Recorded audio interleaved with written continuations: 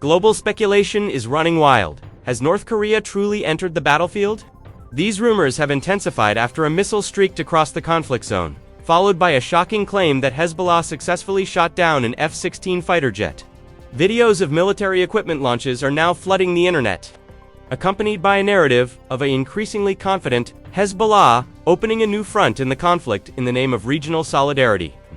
However, behind the explosions, a big question mark looms. Between evidence of newfound strength or mere psychological warfare, which is the truth? Ironically, the bigger the victory claims thrown around, the harder it is to find any trace of the truth. Don't jump to conclusions just yet.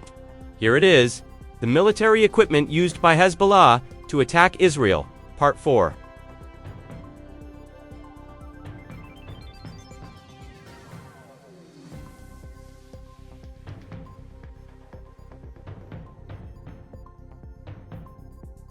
HG-7 manpads. It all began with a viral video showing a tense moment. A missile launched from the shooter's shoulder, streaking rapidly into the sky, followed by a small flash in the distance believed to be the impact. In fact, there is other footage claimed to show the moments when an American F-16 fighter jet was shot down by Hezbollah in Lebanese territory, reportedly hit by a missile while operating in the disputed northern region. These visuals spread rapidly and sparked global speculation. However, a more measured analysis suggests that systems like the HG-7 manpads have limitations. This is a portable anti-aircraft missile compact in size, carried by a single person, complete with a launch tube and a battery cooling unit. Its technology is believed to be derived from the 9K310E GLA-1, using an infrared sensor to lock onto the heat signature of the target's engine. With a range of only a few kilometers, the HG-7 is far more suited for taking down low-flying targets like helicopters or drones.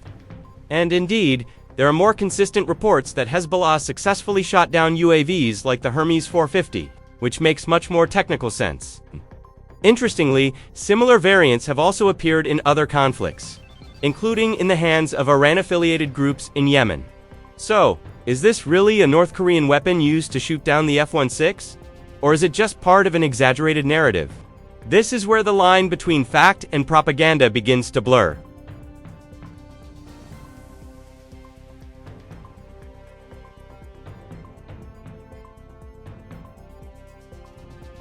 Golan 1 and Golan 2. The next video is vastly different. No longer a small shoulder-fired missile, but a massive launch from a system that looks heavy and conspicuous. Thick smoke billows high from the mountainous area. Then a large missile glides slowly before streaking rapidly into the sky. The impact. In some reports, a massive explosion was heard in the target area, indicating destructive power far exceeding that of a standard rocket. Interestingly, this system is reportedly called the Golan 1 or Golan 2, which is believed to bear a resemblance to the R-17 Scud-B ballistic missile. This is no light weapon. It is large in size, uses liquid fuel, and carries a warhead that can reach around 1,000 kilograms. Technically, this is a short to medium-range missile capable of striking strategic targets such as military bases or critical infrastructure. But there are significant drawbacks. The system is difficult to conceal, requires extensive preparation, and relies heavily on a trained team. Strategically, this isn't just an attack. It's a message that Hezbollah is ready to up the ante, even at the risk of being detected. Falagwan. Next is the Falagwan, an Iranian-made artillery rocket. Unlike guided missiles, the Falagwan is an unguided rocket, meaning it relies on volume of fire rather than precision. It has a large caliber, approximately 240 millimeters, weighs over 100 kilograms, and carries a warhead containing about 50 kilograms of explosives. Its range is about 10 kilometers, sufficient to strike large areas such as bases or troop positions. Its strength lies in its simplicity. It can be mounted on light vehicles, launched quickly, and is difficult to stop if fired in large numbers. Strategically, the Falagwan is not intended for specific targets, but rather to depress an area, forcing the enemy to take cover and disrupting military operations. This rocket is also not a newcomer. It has been used in the Syrian conflict and is reported to have been deployed by Hezbollah in the latest escalation. In fact, similar variants have also been observed in other groups affiliated with Iran. So even though it looks simple, the impact is still serious, especially when not just one, but dozens are fired at once.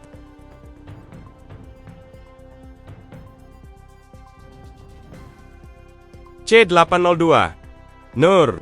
Next, there are claims of a Hezbollah attack on an Israeli Navy ship using the C-802 missile or its variant, the Nur.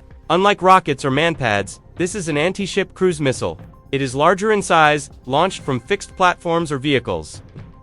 And equipped with an active radar system to lock onto targets at sea, its range can exceed 100 kilometers, with the ability to fly low over the sea surface, making it difficult for radar to detect until the very last moment. Its strengths lie in precision and shock effect.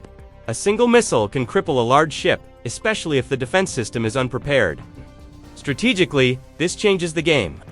The sea, which was previously relatively safe, is now a risk zone. And this isn't the first time. During the 2006 conflict, this type of missile was used and successfully struck a warship. So when new footage emerges, the question is no longer, is it possible? But when and how often will it be used again?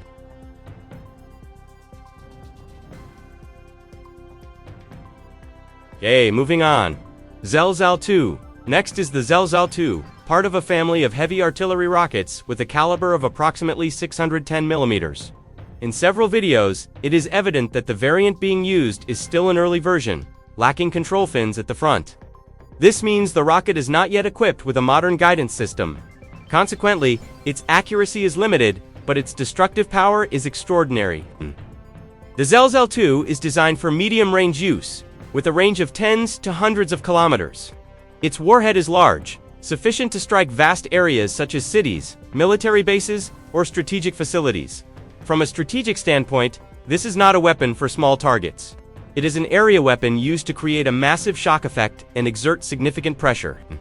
Interestingly, in previous conflicts, the Zhelzal family has often been linked to further development into guided missiles. In fact, there are reports that some variants have been modified for greater precision. So when a rocket this large is launched, the message is clear. It's not about accuracy, but about the scale of the threat.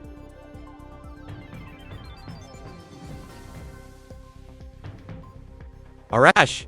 The next attack was directed at the positions of the Israeli 146th Division in Nahuriya, using a combination of Grad and Arash rockets. The Arash itself is an Iranian-made 122 mm artillery rocket, a type designed for mass firing from multi-barrel launchers such as the BM-21 Grad. It has a relatively slender shape, measuring about 2 to 3 meters in length, with various range variants ranging from a dozen to several dozen kilometers.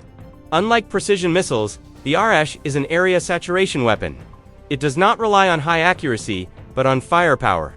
A single launcher can fire dozens of rockets at once, creating a rain of explosions that is difficult to avoid. Interestingly, however, recent developments have made some Arash variants more accurate. They are even said to be capable of hitting targets with a deviation of only a few meters. Strategically, this is a pressure weapon.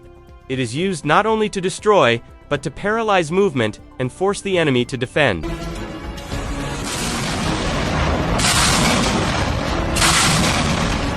Add 2. The final clip feels the most modern.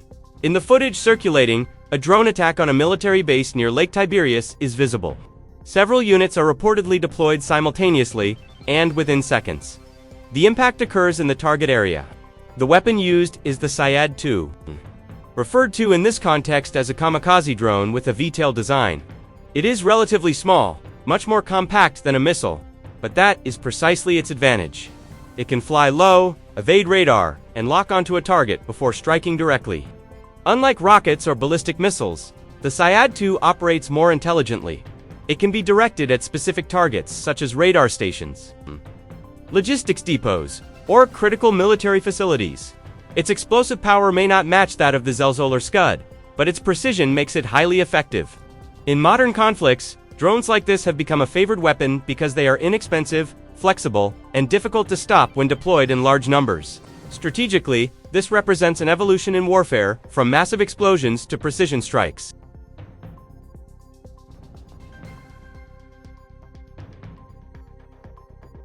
Conclusion. Over the past week, Hezbollah's attack patterns have revealed something more than mere retaliatory actions. They are operating within a decentralized framework, with rocket, drone, and missile attacks launched by small, autonomous units. This is often referred to as the Mugnia spirit, a combat network that does not rely on a single central command. As a result, pressure comes continuously from various directions, difficult to predict and impossible to stop all at once. From the HG-7 to the Syad drone, all are used not for a single massive strike, but to accumulate disruptions. The strategy is clear, not to win quickly, but to keep the enemy constantly drained without end.